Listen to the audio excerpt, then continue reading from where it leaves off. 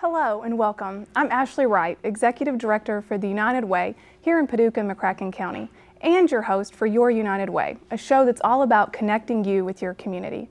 We're fortunate today to have two really great guests on our show. They're both going to talk about two very different ways for you to get involved in your community. My first guest is Caroline Cordy. Thank you for being here, Caroline. You're welcome. Thank you for having me. And you've been involved in one way or the other with United Way for a long time, haven't you? Yes, I have. How many years have you been volunteering with us? I think it goes back to about 1988, if I'm remembering correctly. I started helping with a campaign with my employer. After that, I was asked to sit on a community investment panel. It was asset allocation at that time, and since then I've just been hooked. Well, wonderful. One of the things that you have done in your tenure with the United Way has been the community investment process. And this year, as with several years in the past, you've chaired the community investment process. And for those who are watching at home who might not really know what that means, can you kind of explain what that process is? Sure. Many people think that the United Way is just primarily about raising the funds in the community. And what our group, Community Investment, does is actually allocate the money out or spend the money. So we gather a large group of individuals from all different walks of life in our community. We've had students, high school students, all the way up to retired individuals, teachers, bankers, lawyers, accountants, you name it. Come together and listen to the requests from our partner agencies and then decide how that money is going to be spent in our community. And it's a pretty lengthy process, isn't it? It is. I don't want to say that it's lengthy and scaring people off that might be considering participating with us. Really, we ask about 2.5 days. We have half-a-day training that the United Way provides to give each of these individuals an idea of what's expected of them. They get a large binder of information from the financials of the agency to the programs that they are requesting money for. And it's just really some background information that they can use to prepare themselves for their next 2 days. One day is a site visit where the group will visit each one of their agencies that are in their focus group. Pretty much they want to go and look at the facilities. They want to visit with the agency directors, visit with the people who are running the programs that they're asking the money to be supported by the United Way, talk to some of their board of directors, look at maybe some of the clients that are utilizing the services of those agencies. That's the first step. The second step is the harder of the 2 days, and that's the budget hearings, where each one of the agencies comes in and has a short period of time to kind of make their presentation, make their proposal, request the amount of money that they're asking for, and give hard, concrete proof and evidence of what they're using the money for in our community, who they're helping, how many they're helping, and what kind of a difference it's making in the community. And so they go through this process, they make the recommendation that the money is spent in certain focus areas, as you said. Now, what are those focus areas? Well, recently we've narrowed those down to 3 different areas. Care and education of children is one. Crisis and emergency assistance and crisis prevention is another, and then strengthening families. So each one of the agencies puts together 1 or more requests for funds that fall into one of those 3 focus areas. And then that group of individuals, which is roughly 10 to 15 individuals, they focus just on the requests that are in their focus group. And this may be a silly question, but do you ever have enough money for all the requests that agencies submit? Do you ever have enough money to fund all of those? In the 20 years that I've been doing this, the requests have always exceeded the amount of money that's available. And even though our campaigns have been very successful over the years and we've continued to raise the bar each year and raise more money in our community, for which we're very, very thankful for, the demand is just continues to be greater and greater. And we've seen that especially this year with the economic situation. Our agencies are really being stretched almost to their maximum capacity as far as being able to help our citizens. Did the economy play a role in how the agency, or how I guess the Community Investment Committee looked at funding the agencies this year? It really did. I think a lot of people were focused in on those basic human needs, making sure that people had clothing, that they had shelter, that they had food, that they were able to keep warm in their homes and so forth, really played a significant part. And even last year, at the end of the year, throughout this community investment process, we actually set aside some additional money for emergency assistance with utilities, just because we knew the demand was going to be so great. And do you see that need increasing, I'm sure, through the next year? Absolutely. I mean, until things kind of turn around and settle down in our economy, I think we're going to continue to see our agencies really have a large increase in the requests for services. You know, I've talked with some of the people, and I sat through and went through the whole community investment process this year as well, and talked to some of the people that volunteered for that, and as we have discussed, some of them took vacation days to participate in the process because Absolutely. It means that much to them. If someone wanted to get involved in this process next year, what would they need to do? Well, I would encourage anyone that would be willing to give up a couple of days of their time. It's a wonderful way to see our community in action, to see your dollars in action. So if you've ever been concerned, you know, once I write this check to the United Way, I really don't know where it's going or what good it's doing in our community. By participating in community investment, you definitely have a say-so in where those dollars are going to be allocated. So call the United Way agency, volunteer your time. The training usually happens sometime in February, and then we have our site visits and our budget hearings in either late February or early March, so that we can let the agencies know what their dollar allocation is going to be for the following year. One of the things that people might not know is that we've kind of changed a little bit about the allocation process from years past. Can you let people know a little bit about what we're doing now? Sure. Back in the day, we used to fund, agencies just to help them on their operating expenses, to turn on the lights, to pay salaries, and so forth. And there's been a movement with the United Way agencies across the United States to go to what's called program funding. And so we have asked the agencies to focus on one or more specific programs that the United Way dollars are going to be utilized for. In that process, we've also asked for the agencies to report on what's called outcomes measurement. Tell us what difference you're making in the community. How have lives been changed by the money that's being given to you by the United Way? And so by focusing on specific programs and then the outcomes measurement process, seeing the number of people who are helped and in what capacity or in what magnitude, that has certainly been a change that has taken some time, to come about, but it's not only happening in Paducah, it's happening all over the United States. And that helps us be a little more accountable to our contributors, to say, the money that was allocated to this agency was used for this purpose, and this is how many lives it touched. So tell me quickly, what do you think the benefit is of contributing to the United Way versus just writing a check to an agency? Well, if you choose and you want to be an active member and participate in how that money is spent, you can do that. When you write a check to a nonprofit organization, basically you're giving them carte blanche to spend it any way they choose. And not to say that they aren't very diligent with their funds. I don't mean to indicate that at all, because our agencies do a great job. But if you want to have some say in how that money is spent in our community, the United Way, as far as I am aware, is the only agency that brings people in from the community and asks them to make the decision. It's not myself and Jamie Broom, who's the other co-chair for the community investment process. It's not Ashley Wright as the director of the United Way or the board of the United Way making those decisions. It's our community looking out after our community, and I think that's a huge benefit to the United Way. Well, I want to thank you personally for being involved in this process for so many years, and certainly you've brought such a wealth of knowledge and history to this experience that for me it was just a truly wonderful experience, and I think many of the other participants have felt the same way. And I would encourage anyone who's listening, if you are a supporter of the United Way and are interested in really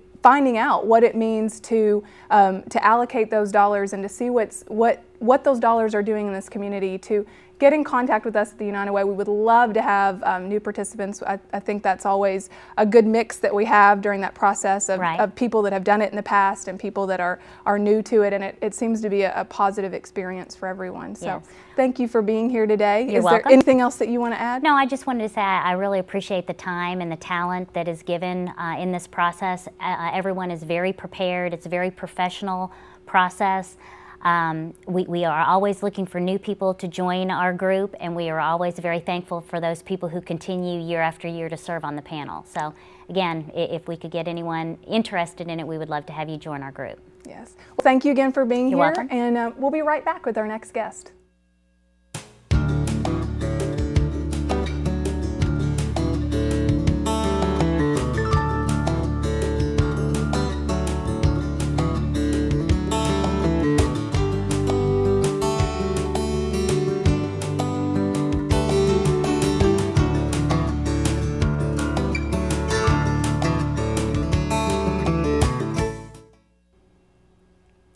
Hello and welcome back.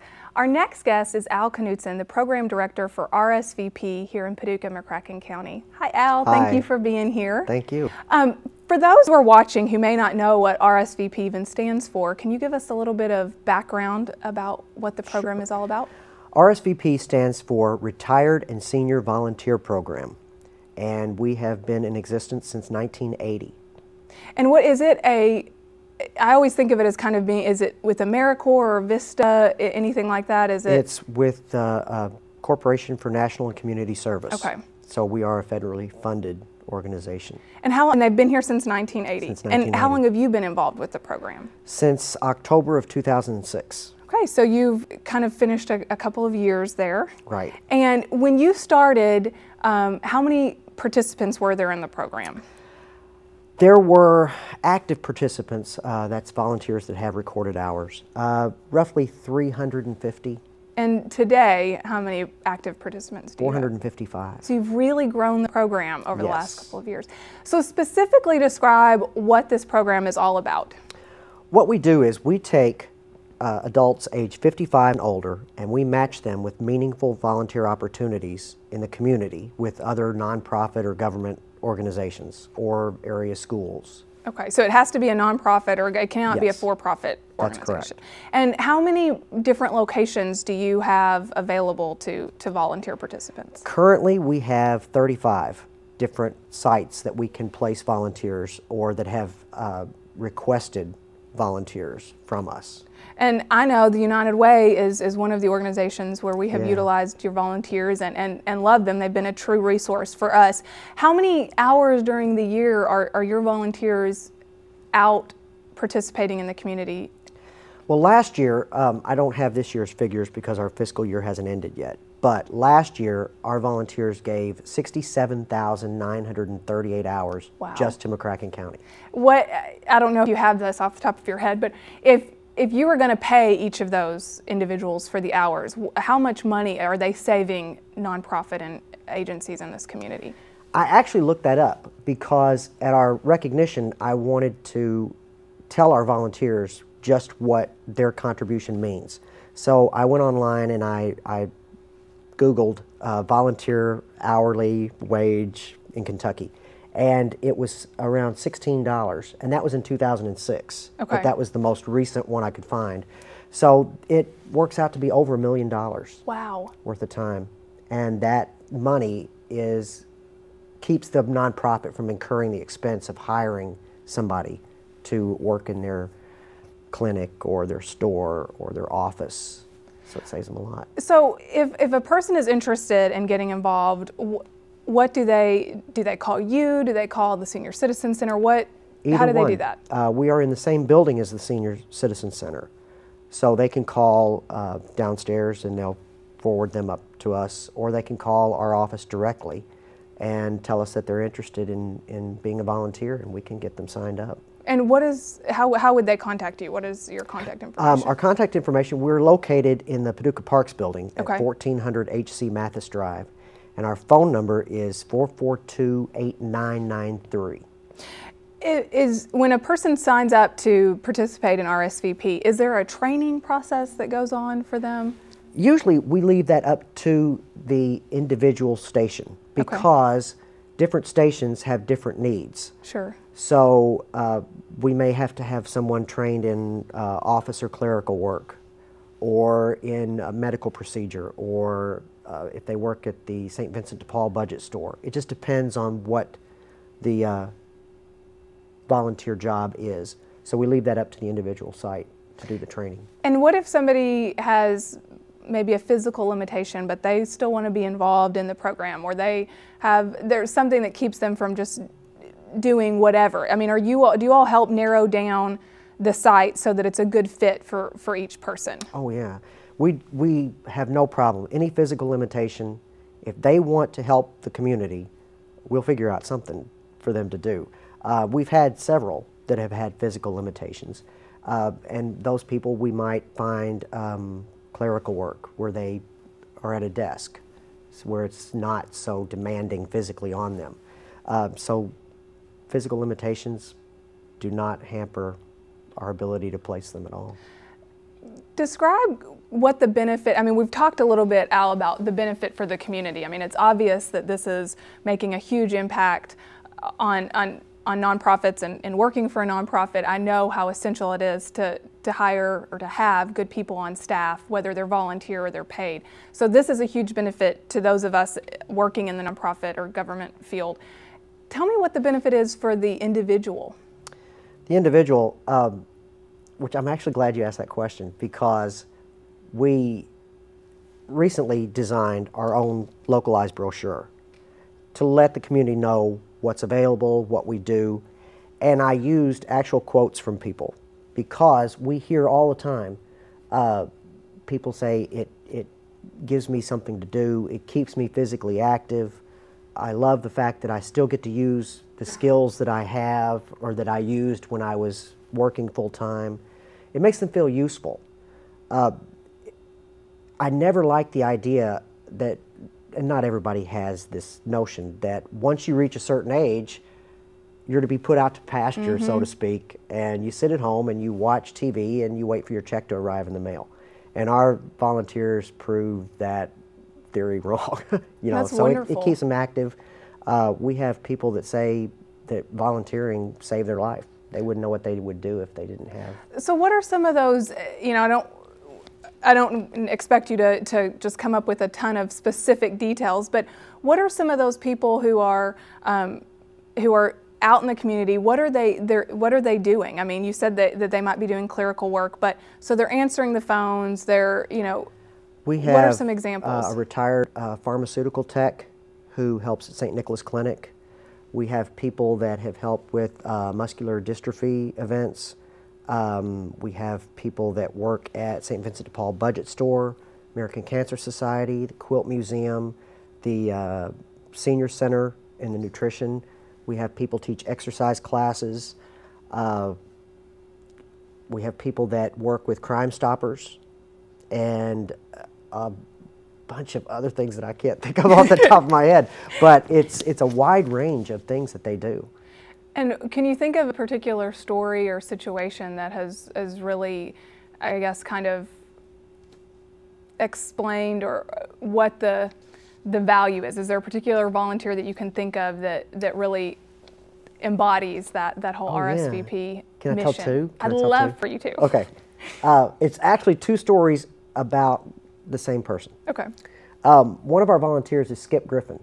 And Skip, when I first started, I had the idea of having Skip dress up as Santa Claus and then take pictures where the seniors get their picture made with Santa. So then he said he's part of our line dancing group, and they go out to nursing homes and assisted living facilities. And so he thought he would dress up as Santa and when they go out. So they were going to go to Easter Seals Adult Services. And while they were there, they were visiting with the clients there. And this one guy came up and he said, "Don't leave, Santa Claus, I'll be right back." And he came back with a piece of paper with 4 things written on it that he wanted for Christmas. And Skip was so moved that he went and he bought the 4 things for the guy. Oh, wow.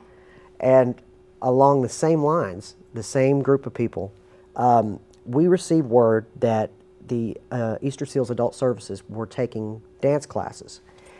And the teacher started charging $5 per person per lesson. And they couldn't afford it, so they had to stop. And our line dancers stepped in and said, we'll teach the class for free. So not only do the Easter Seals clients get to come over to the center to take the classes, but the line dancers bought them hats and had buttons made, and so twice a month they're over at the center right down the hall from me, and it sounds like a huge party going on. It's great. It's inspiring. It's inspiring to watch. It really is, because I think what you said earlier about this mentality that a lot of us have, that okay, once you retire, you know, what are you going to do? And for a lot of people, they continue to want to give back. They continue to want to work in the field that they worked in before, but perhaps want to not do it full time. And I just think it's such a wonderful opportunity, and what a loss that communities have if there's not a way to harness all of that experience. Oh, exactly, exactly. It's remarkable. We have volunteers from age 55 to 95. Now 95, that's the oldest that I know of. Of course, some of them don't want to tell their age, so there may be one that's older than that, but it's amazing. And I actually, a lot of times, I'm embarrassed at myself, because I'll see these people out doing this sometimes very physically demanding work, and I'll think, you know, I get up in the morning sometimes and go, oh, my knee hurts. Yeah. Oh, I don't want to get up, my leg hurts, my arm. And when I see this, I'm actually shamed.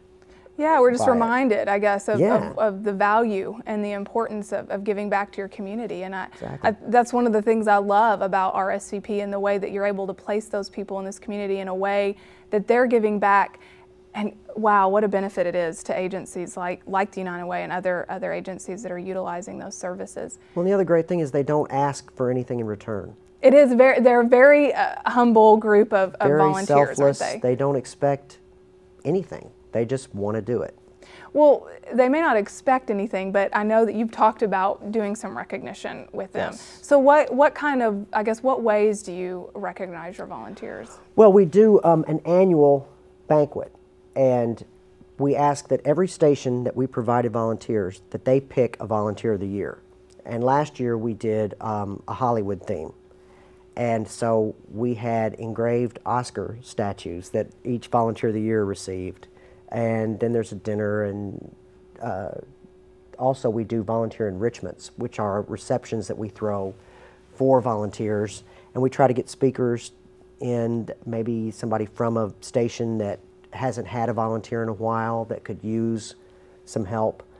We've recently opened that up to not only RSVP, but to any volunteer of any age, to help promote volunteerism among everybody in the community. And has that been a good turnout? Yes. That's wonderful. Yes, it has. And word of mouth spreads, and people are very inspired to see the age group of people that we have doing what they do for the community. The 67,000 hours, it drops a lot of jaws. Yeah, it does. I mean, when I first heard that number, it's shocking to me. Yes. I mean, it's an amazing, it's such a testament to I think, people's commitment to this community, for one thing, and wanting to give back and wanting to be an active part of our community for as long as they can. And I think it's important to remind people that there is value in what you have to offer, no matter what your age is.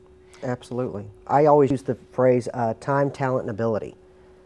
Everybody has it, and it's just a matter of using it. Whether you use it for an hour a week or if you use it 40 hours a week, it doesn't matter. Mm-hmm. It's still a contribution. Our national corporation asked me one time, they said, well, we want to be sure that your volunteers are in impact opportunities. And I said, anytime you help somebody and don't ask anything in return, you've made an impact. Yeah. It doesn't matter what you're doing. You don't have to rescue somebody from a fire to make an impact. Absolutely. And I'm sure many of the volunteers will never know how those couple hours a week, or many of them much more than a couple hours a week, but how they have impacted the lives of the people that they've worked with and the clients that they've served at those locations. Absolutely. You know, you're getting ready you're in a new year, and what are some goals that you have for this program this year? Well, we have a volunteer coordinator, Teresa Jarrett, and for the last 2 years, joined the program probably a couple months before I did. For the last 2 years, she has recruited over 100 new volunteers each year. Wow. Now, of course, we lose some to death, or they might move away or have to go to a retirement facility. But that's still a goal, she makes that a personal goal to get that 100. Fundraising is also a big issue. We have to do a lot of fundraising, as do most nonprofits. Sure. So our goal is to try to have that grow. We throw 2 events a year at the center. We do dinner and a show. We provide a buffet dinner, and then we basically turn the senior center into a Hollywood supper club and put a floor show together and entertain the guests. And we've had a lot of success with it. So my goal is to have that grow and get more people. One of RSVP is one of the programs that the United Way funds each year, and I'm just interested briefly if you could tell us a little bit about what the United Way, the kind of impact United Way dollars make on your program. Well, the good thing that RSVP can do for volunteers is we provide a small health insurance policy. If you're injured while you're volunteering and Medicare doesn't cover all of your costs, we provide some health insurance to cover what Medicare doesn't cover. United Way dollars help pay for that because federal funds we're not able to use to pay for that expense. So United Way pays for that. Also, United Way has helped us publicize our program, which has tremendously helped us recruit new volunteers and make the public aware of how much good this program does. Well, I'm so glad that you were able to be here today, Al, and thank you so much for the wonderful work that you, Teresa, and all of your volunteers do for Paducah and McCracken County. We appreciate everything you do. Thank you. And thank you for joining us today. We look forward to seeing you again at our next episode.